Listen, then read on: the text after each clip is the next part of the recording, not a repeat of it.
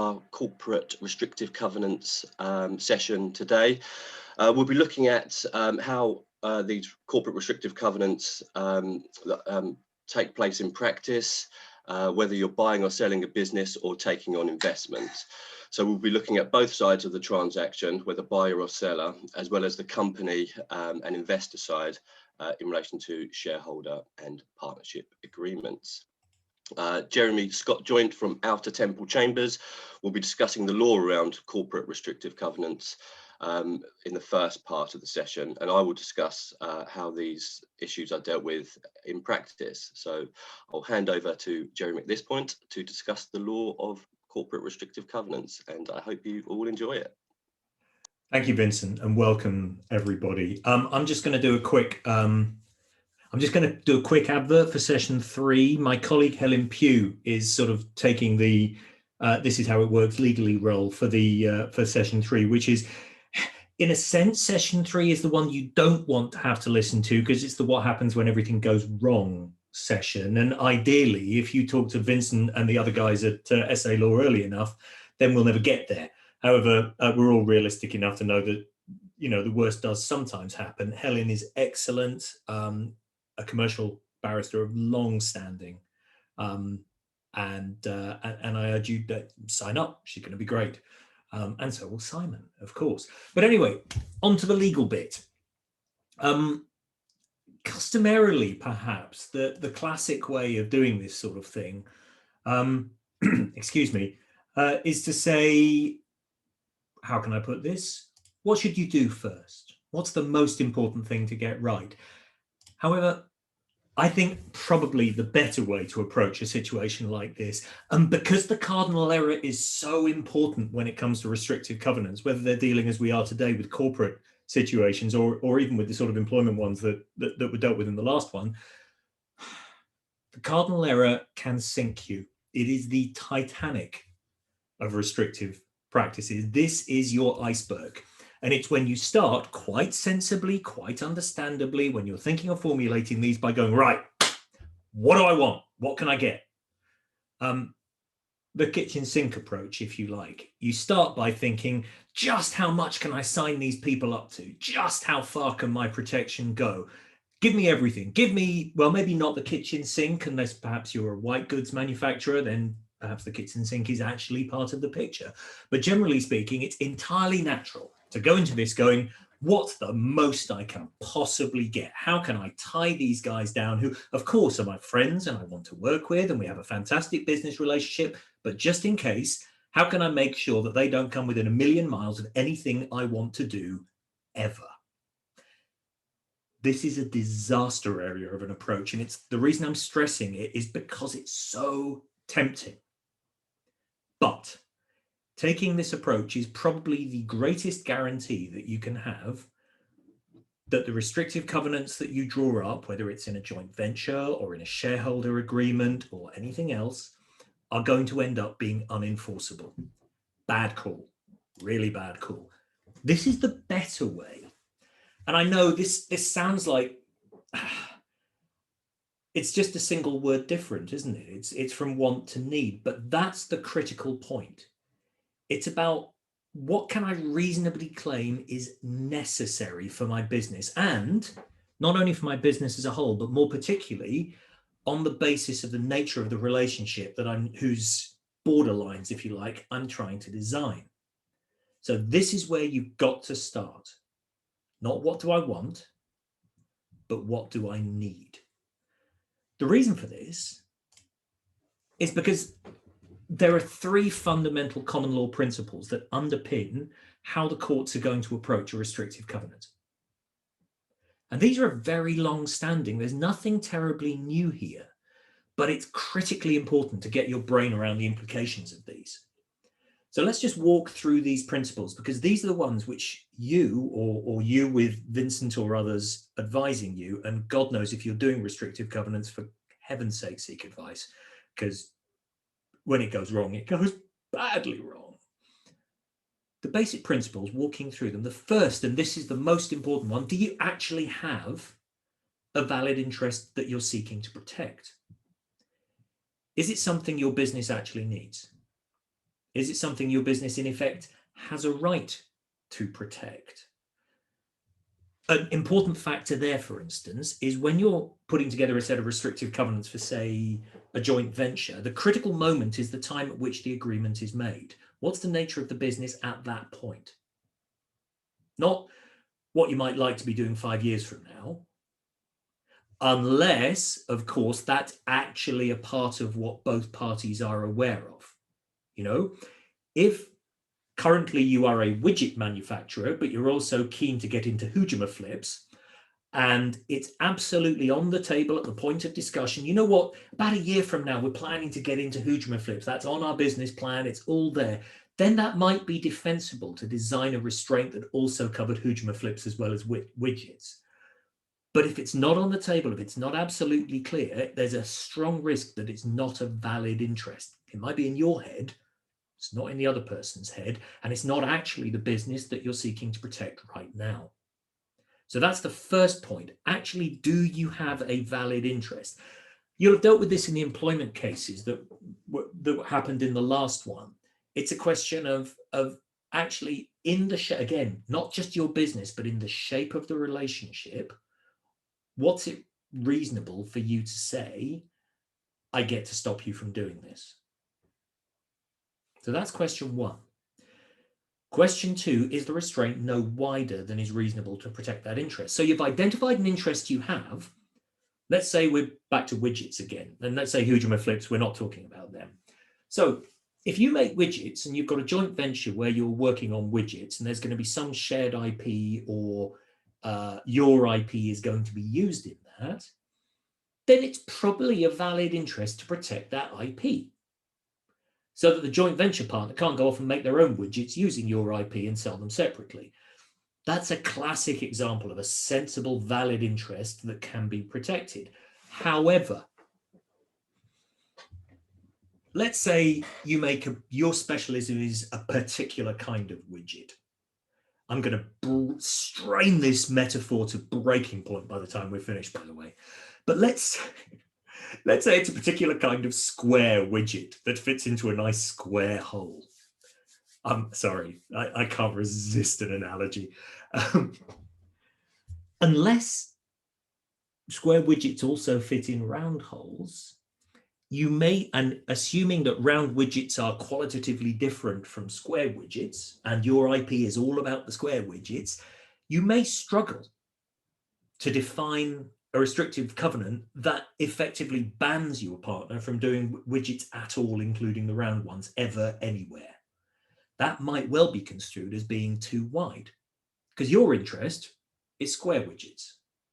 Your interest is the IP that enables square widgets. Banning round widgets, hexagonal widgets, icosahedron widgets. Sorry, I've run out of names for shapes, so we'll have to move on from there.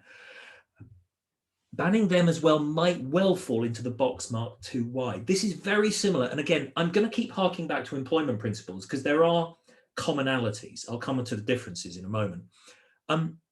The similarity there is the classic cases where, for instance, there's a geographical limitation. Again, you know, if your market is the UK, and I feel myself treading dangerously close to Brexit and export limitations here, I'm not going to do any Brexit today, please be reassured.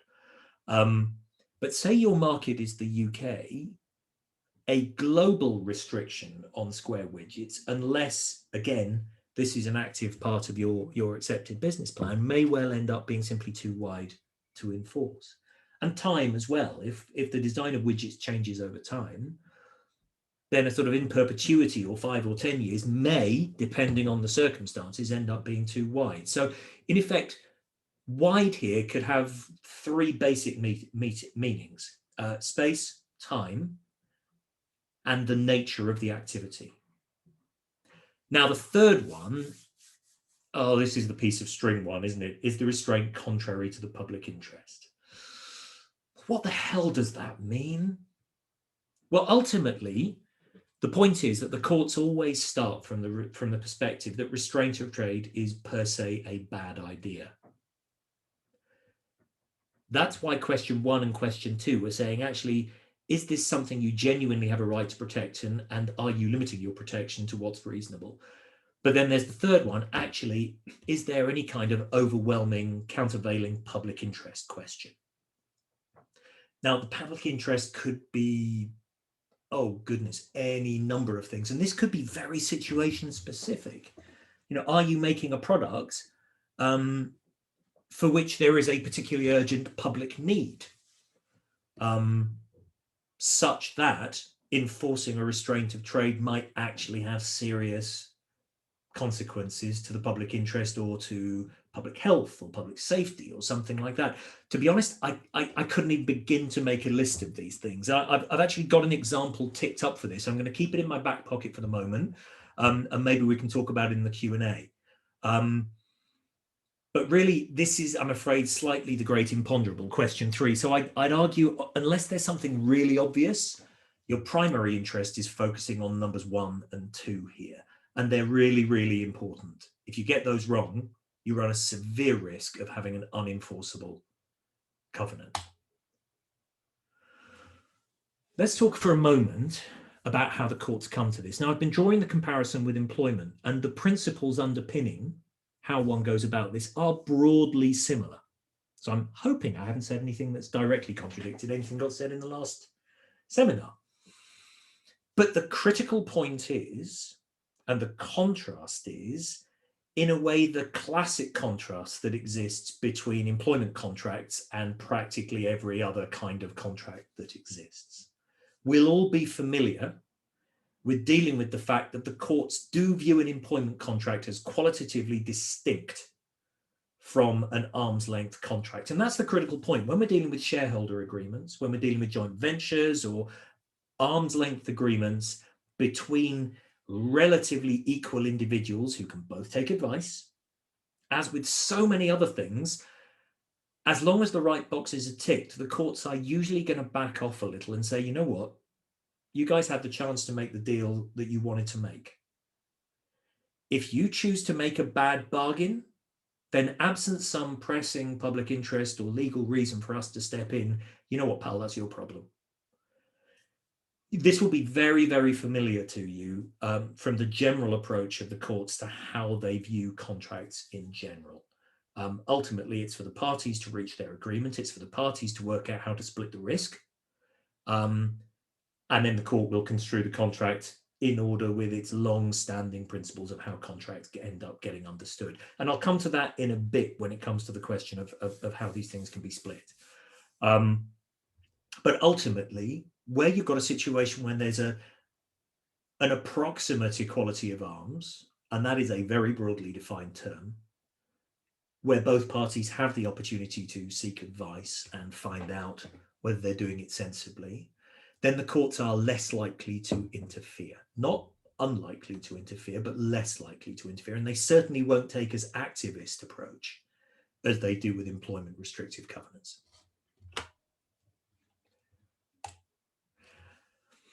So Vincent's going to cover this in more detail, the kind of pragmatic, practical approach to this, but it is important from a legal perspective just to think about how you avoid the situation where you end up having written something that's not worth the paper it's written on, or the pixels it's glowing in, or whatever it happens to be. Because there are now some pretty well-established principles, and now, as you can see, now is pretty recent. Tillman and Egon Zehnder, which is the ultimate authority on these cases, is less than 2 years old after having wended its way through the High Court and the Court of Appeal. Now, this is actually an employment case, so you probably come across it in that context.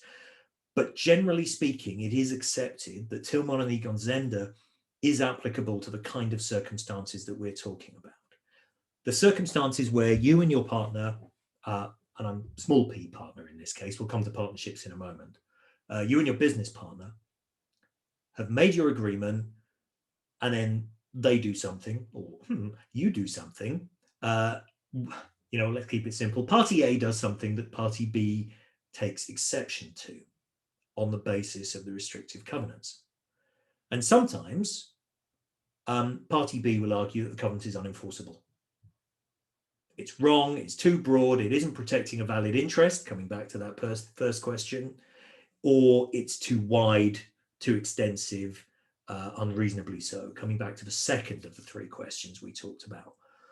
Now, there's a long sequence of cases that I won't bore you with that have gone back and forth over how you get rid of bits of a covenant, or whether you can get rid of bits of a covenant that seem to be too broad or protecting the wrong thing.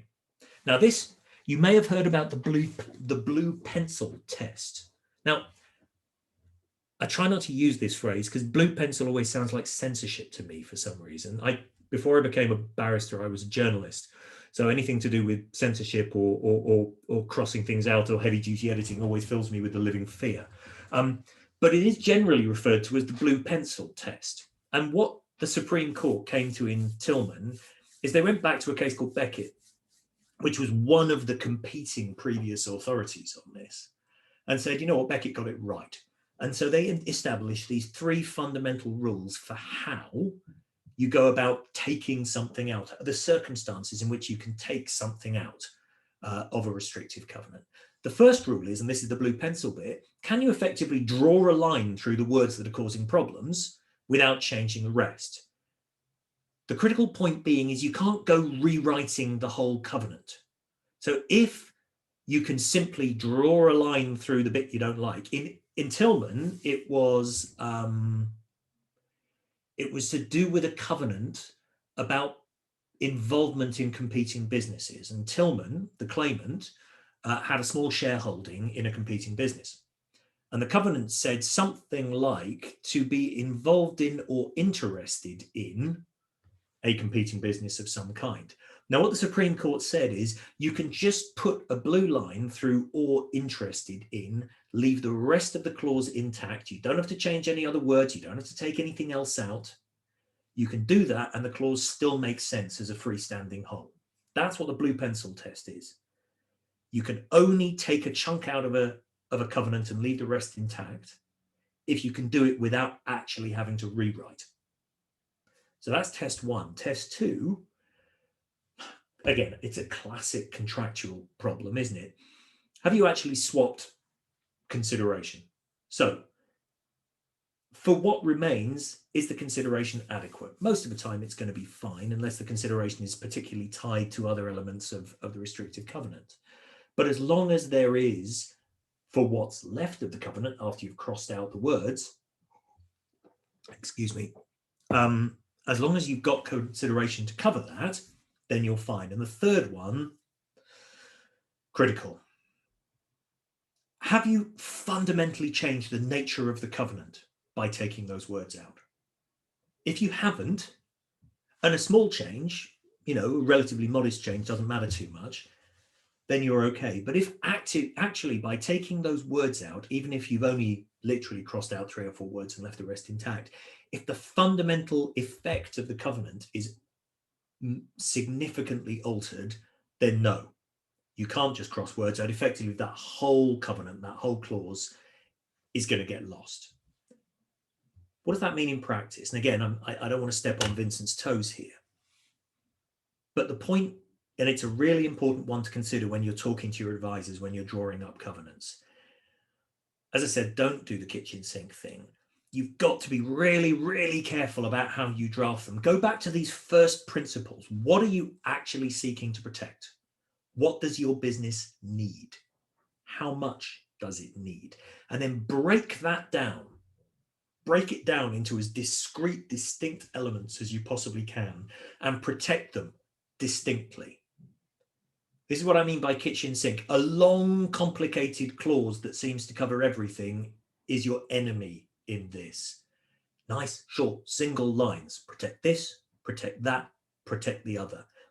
If you structure your restrictive covenants like this, and of course making sure that there's consideration involved, then you have the best chance of A, making sure that your covenants are legally robust, if God forbid you ever have to protect them, and B, making sure that if any element of them does fall down, and obviously careful drafting with excellent advisors should avoid that, then the rest will stay intact. Final point on this slide. And this goes back to clarity and simplicity and making sure you get really distinct stuff. Avoiding ambiguity, as with anything else in a contract, don't fudge it. Because ultimately, everything I've said before about the courts generally taking an approach to construing contracts that we're all familiar with, of saying, well, you know what, you guys had your chance to reach an agreement, tough if you got it wrong.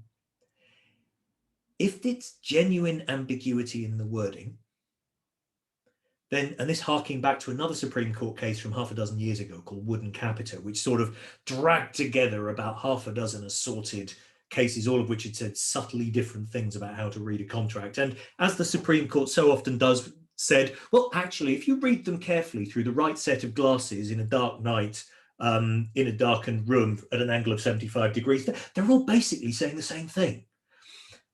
You'd be amazed how often the Supreme Court does that.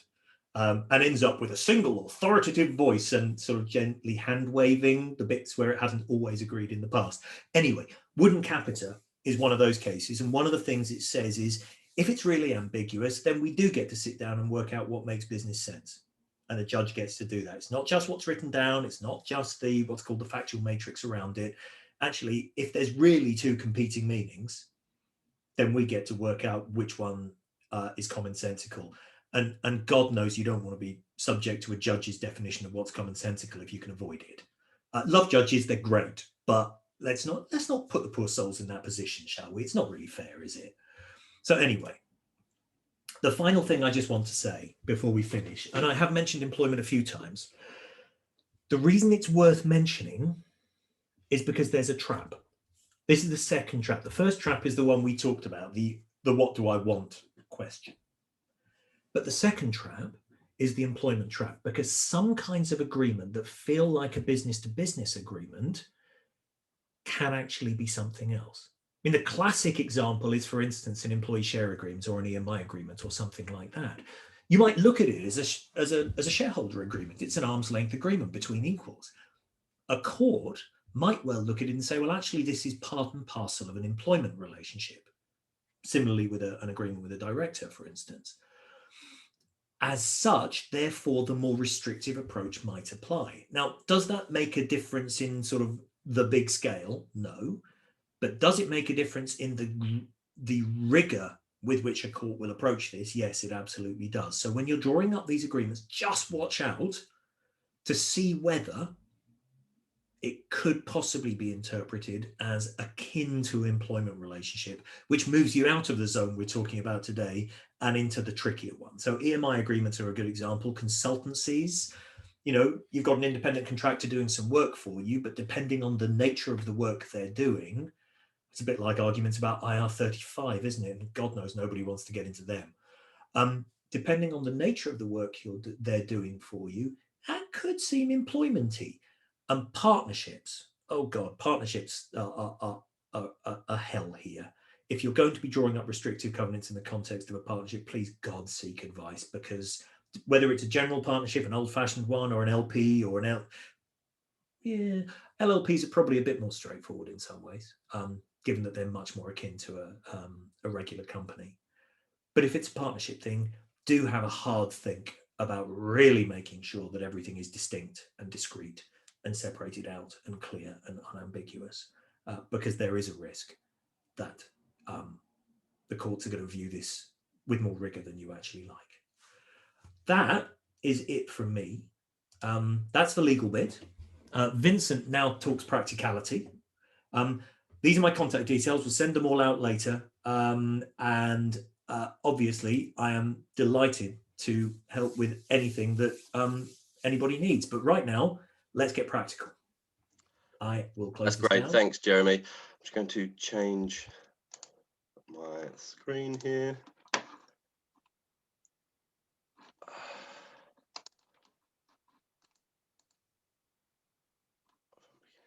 Is that working okay? Yeah, great. So that's my wonderful profile there, but let's move on from that. So yes, thanks, Jeremy. Really insightful session in terms of the law there, and we will be covering some of the matters that Jeremy has raised as well. But in this part of the session, like Jeremy said, we will be talking the practical application of the restrictive covenants in a corporate transaction. In order that, so from the buyer's side, so that the buyer feels that they have sufficient protection for the business that they have acquired. In terms of the seller is clear what restrictions will prevent them from pursuing their trade unless it's carved out, basically. And then in terms of the company investor side, where a company takes on that third party investor, that the company has the relevant protection already in place in relation to its business assets, whilst the investor is a shareholder, and then for a period of time after the investor ceases to be a shareholder for any reason. So we'll discuss each of those matters in further detail. So first of all, with the buyer. So the buyer will usually want to prevent the seller from establishing a competitive business that could diminish the goodwill of the newly acquired company that it's bought. You know, from the buyer's side, they will want to throw the kitchen sink at the seller in terms of the restrictive covenant. So they'll want to restrain the seller for the longest period possible in the widest business market and in the widest geographic area. So that, amongst other things, the revenues of the company being acquired are protected. You know, we talk about the goodwill and trade connections, which are, obviously part of it, but essentially we're talking about money in terms of business. How can that company lose money, lose revenue? And obviously, clearly, if there is a competing business, that's a major risk. So that's what we're talking about here: the revenues and the goodwill and the connections of the company, because that's how revenue's made, by having good trade and commercial connections. So that's the legitimate business interest that we're talking about here. So, however, whilst a buyer may be paying a significant amount of money for the business, they must be aware that if the restrictions do not protect that legitimate business interest, but in practice they usually do, because if someone's buying a company for £1 million, then it's quite clear there's what the legitimate interest is. But yes, and to make sure that the restrictions are no wider than reasonably necessary. So if there is an unreasonable duration or unreasonable restricting of markets or geographic areas, then, like Jeremy says, the restrictions will be void and the buyer will have little or no protection. So when you're acting for the buyer, it is important to understand the business market in which that target company operates and tailor those seller restrictions accordingly. So, for example, it might be appropriate to restrict a seller of a nationwide commercial landscaping company from conducting competitive business in the whole of the UK. If it's a nationwide business, it's legitimate and reasonable and proportionate to restrict them from the whole of the UK. However, on the other side of the scale is the local estate agency, say the local St Albans estate agency with one office. They do great business within that office and in the surrounding areas. But clearly, if a bigger player in the market came and acquired that local estate agency, restrictions going further than St Albans and the surrounding areas, more than likely, may be unreasonable. So again, it's just understanding the business that you're buying and what connections they have and where their revenues come from, basically. So in commercial terms, as a buyer is paying a significant amount to acquire the business, the restrictions on sellers of businesses can be more onerous than say in an employment contract, as Jeremy mentioned, because the bargaining position is different. And there has been case law to confirm that as well. So within the period of the restriction, so what does the buyer do within the period of restrictions? What is the reason for the restrictions? Well, clearly, in terms of a buyer, the buyer will want to fully understand the business that they have acquired. So, due diligence will give, a snapshot of the company, but obviously, again, like Jeremy said, it's the snapshot of the company as at the day of completion. Going forward, there's some uncertainty there in terms of, who you're dealing with, your customer base, making sure that the revenues come in, building relationships with your employees and suppliers. So the point there is, during that restrictive period, it is, for the buyer to make sure that they pick up these trade connections, that they pick up, and deal with the goodwill of the business that it was before, so that they can, take over those relationships during that period, the restrictive covenant period, so that, when those restrictive covenants end, because they always do end at some point, even if that seller was to re-enter the market, it would be difficult for them to do so, because all of those trade connections have already been picked up and hoovered up by the buyer. So, that's the point. That's one of the important points in terms of, that restrictive period, for the buyer to go in there and to pick up those relationships, basically. So one of the practical ways for a buyer to ensure, that the seller does pass over the goodwill and its connections is to retain the seller in the business for a period of time after completion, so they don't go off into the sunset with their money. They hang around, they stay around, to make sure that, as I say, that goodwill is transferred over. So helping with customers, helping with clients, doing the introductions with, the contacts that you have, that the company has, as I say, to pass over those business relationships to the buyer. So yes, that may come by way of a consultancy for a period of time after completion. If they are to work in the business as well, you may want a longer period of consultancy. But if it's to pass over those trade connections and goodwill, then you may only want sort of 6 months to do that, and it will obviously depend on the business market. Obviously, and if the seller is continuing to work as part of an earn-out arrangement, again, that will provide some protection for the buyer and the company. One concern here is when a business is synonymous with an individual. So, for example, where an individual holds all of those business relationships, say the MD of a business.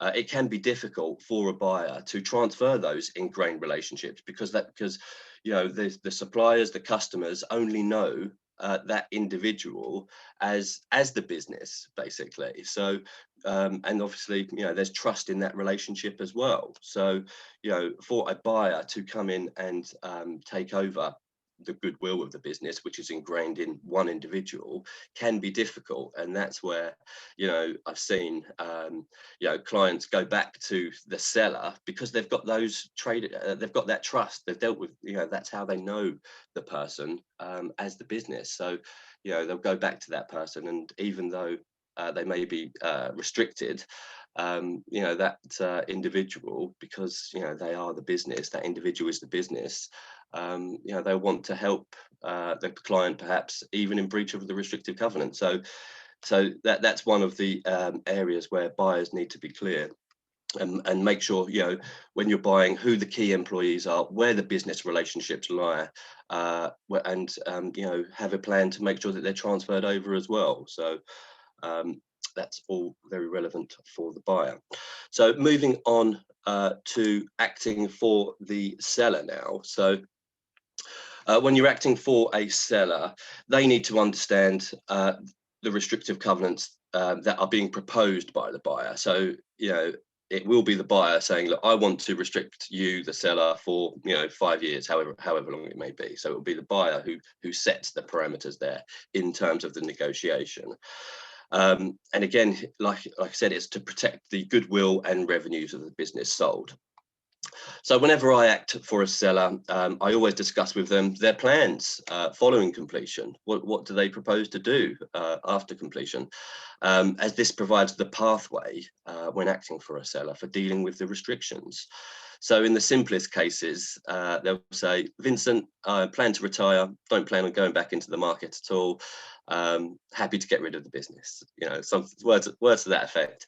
So obviously that's a very clear way of dealing with the restrictions. If they've got no intention of re-entering the market or performing any competitive behaviour, we can accept most restrictions that are being offered.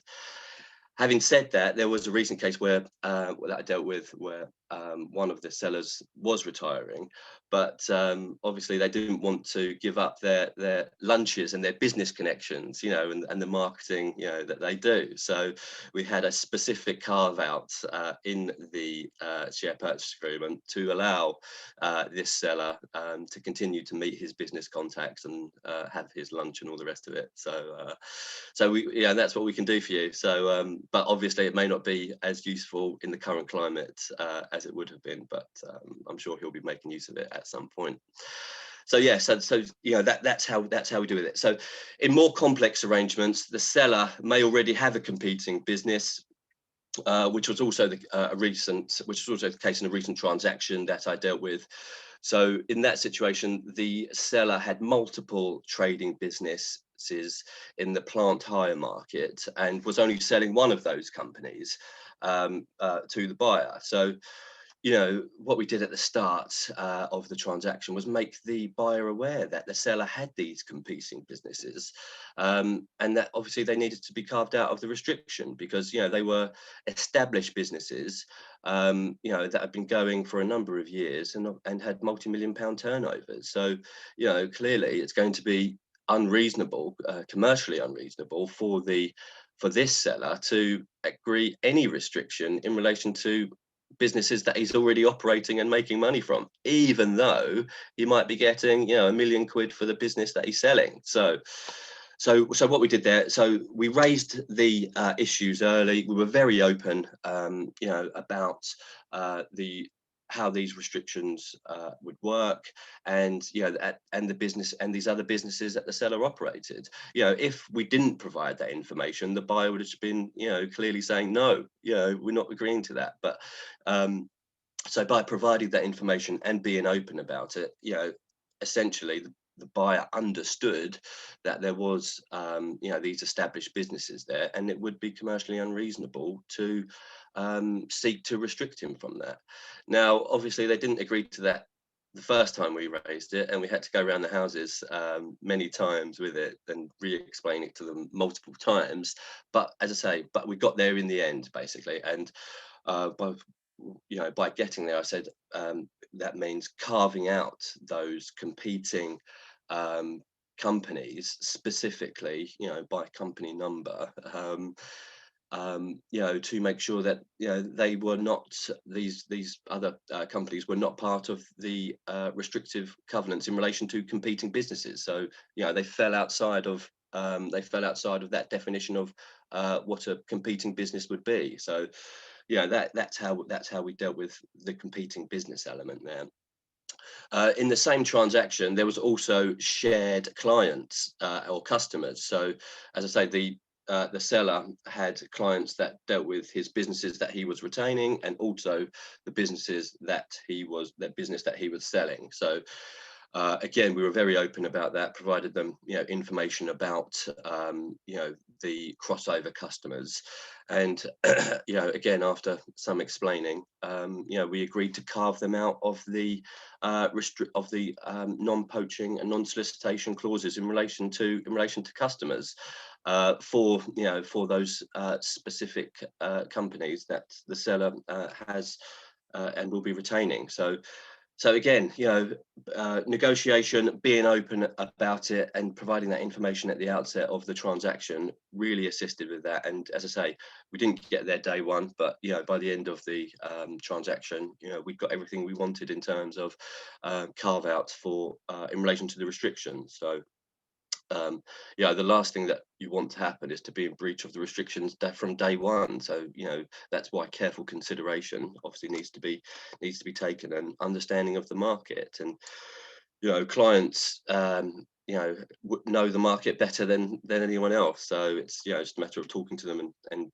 obviously obtaining that information. So Yes. So if the seller does continue to be employed by the target company after completion, we've talked about employment aspects. They may have an employment contract as part of their share purchase, share sale arrangements, which will also include restrictions, but they generally specifically focus on the employment aspects. And my colleague Chris Cook's episode, I think, as Victoria said, is up on is available to view as well. So that's how that fits in there. So you might have a share purchase agreement with those corporate restrictions in, and then if they are continuing to be employed, they'll have an employment contract which relate to those employment restrictions specifically. Sellers also need to be aware that in some circumstances, the buyer may seek to link, say, the deferred purchase price to the compliance with the restrictive covenants. So, for example, if there is a breach of those restrictions, the seller's no longer entitled to the deferred purchase price. That's quite a draconian clause, but that can be included. And obviously, I have seen it, and we have dealt with those sorts of things. But you just need to be aware sort of about penalties and the enforceability of that in the face of penalties. But the big point here is that these clauses are always subject to scrutiny due to the risk that the seller will not be paid the purchase price. So as I say, usually they'll be resisted, but if there is a good commercial reason, like we said, and all of the legitimate commercial interest points, it may be that may be part of the deal as well. So it is important that they are given close scrutiny. So moving on to shareholder and partnership agreements now. So shareholder and partnerships agreements are slightly different in the sense that you're not buying or selling a company. You have a company, whether you're starting out or an established mature company, and you want to set agreements between the shareholders and or the investors to regulate the relationship. So it's slightly different to buying and selling a company. So when starting a completely new business, it can be difficult at the outset to assess, what restrictions be reasonable and proportionate for the parties in a shareholders agreement or partnership agreement. There'll be the classic arrangements, but for a new company without any revenue, let's say, what are you actually protecting, and how long are you going to protect it for? And so it does need to be proportionate in order that the restrictions have the best chances of being enforceable. So when you're starting out in business, we always suggest, and obviously any restrictive covenants, you need to be cautious when drafting these restrictions. So, because you don't know which way the business is going to go and potentially what are the aspects of the business that you need to protect. So shareholder and partnership agreements will provide that restrictions are enforceable against the shareholder whilst they are a shareholder and for a period of time after they cease to be a shareholder. In some circumstances, there could be a good and bad leaver scenario where on certain trigger events, in the case of a bad leaver, again, same breach of the restrictive covenants, they would have to transfer their shares for nominal value, say £1 each, as opposed to fair value or fair market value. So as I say, it's really important to consider, the shareholder agreements and partnership agreements and how the restrictive covenants work within them. So, and the other aspect is all business owners will know the requirements of their businesses, and that changes constantly, doesn't it? And the same applies to the restrictive covenants. As I've said at the outset, the restrictions will be different from a very mature business. So as the business grows, it will have more customers, more revenues, more employees, more suppliers, which all require protection in the shareholders agreement.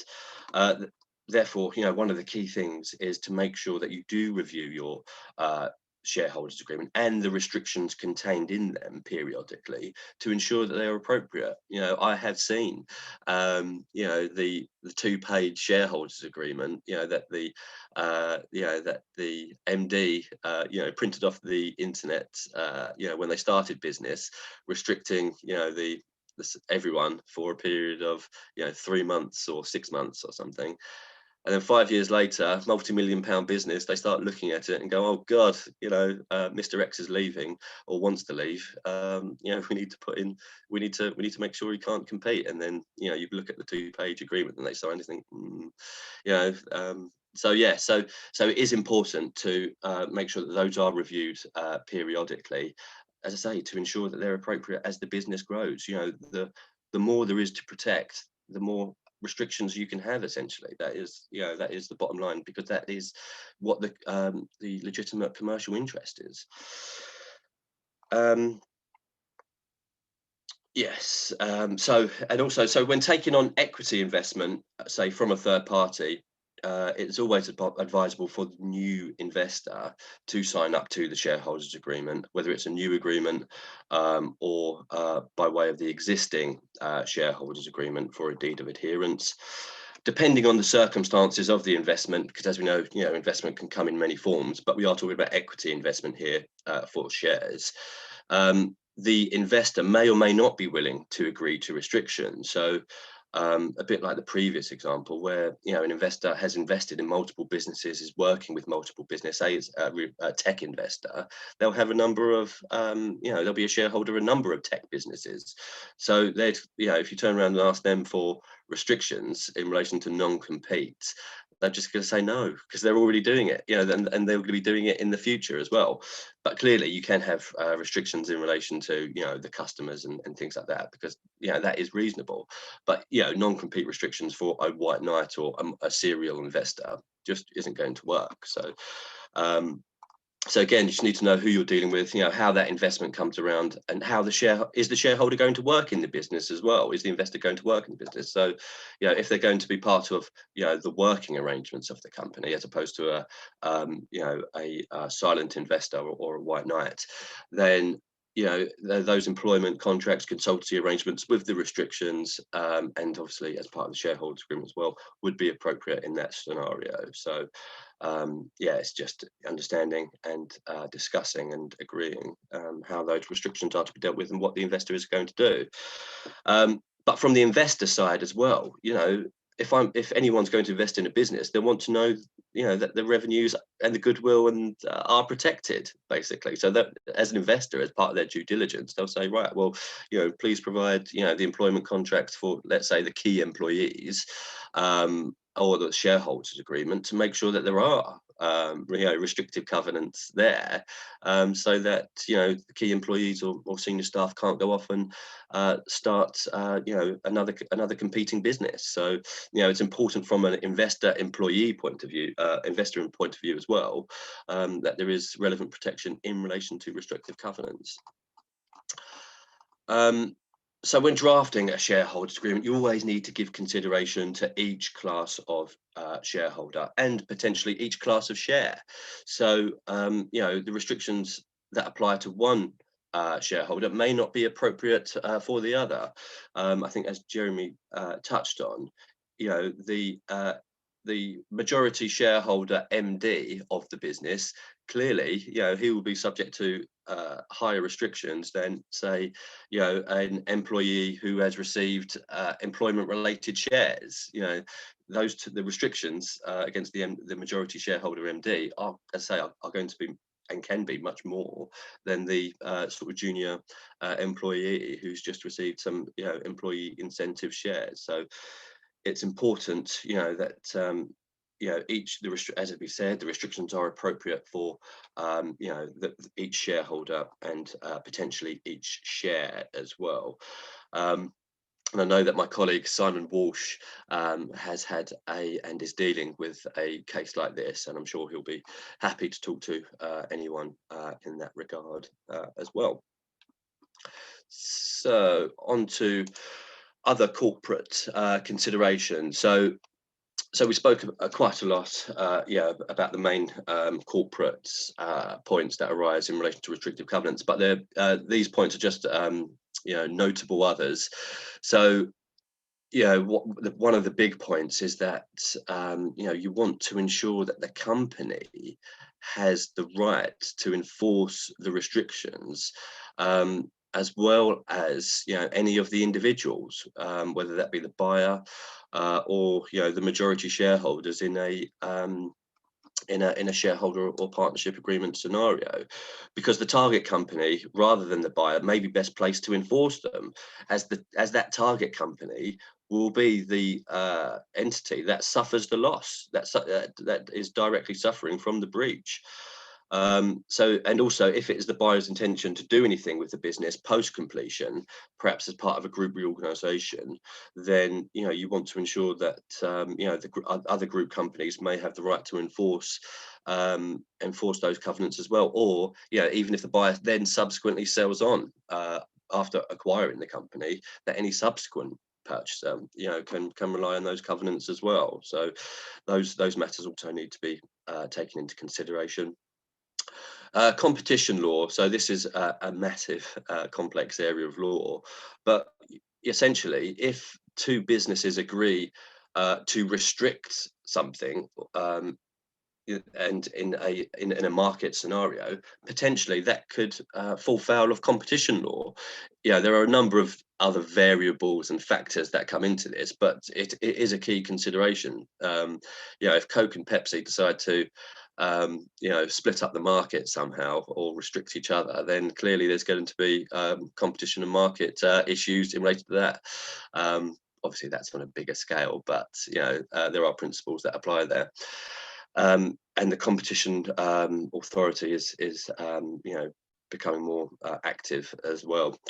And also in relation to director duties, there's a whole raft of company law in relation to directors' fiduciary duties and how the directors conduct themselves and act towards the company based on that fiduciary relationship as well. So you need to be aware that director duties may have an effect on the restrictions, and will do in terms of directors on a day-to-day basis. So yes, so thank you all for listening to myself and Jeremy, and we're happy to answer any questions that you may have.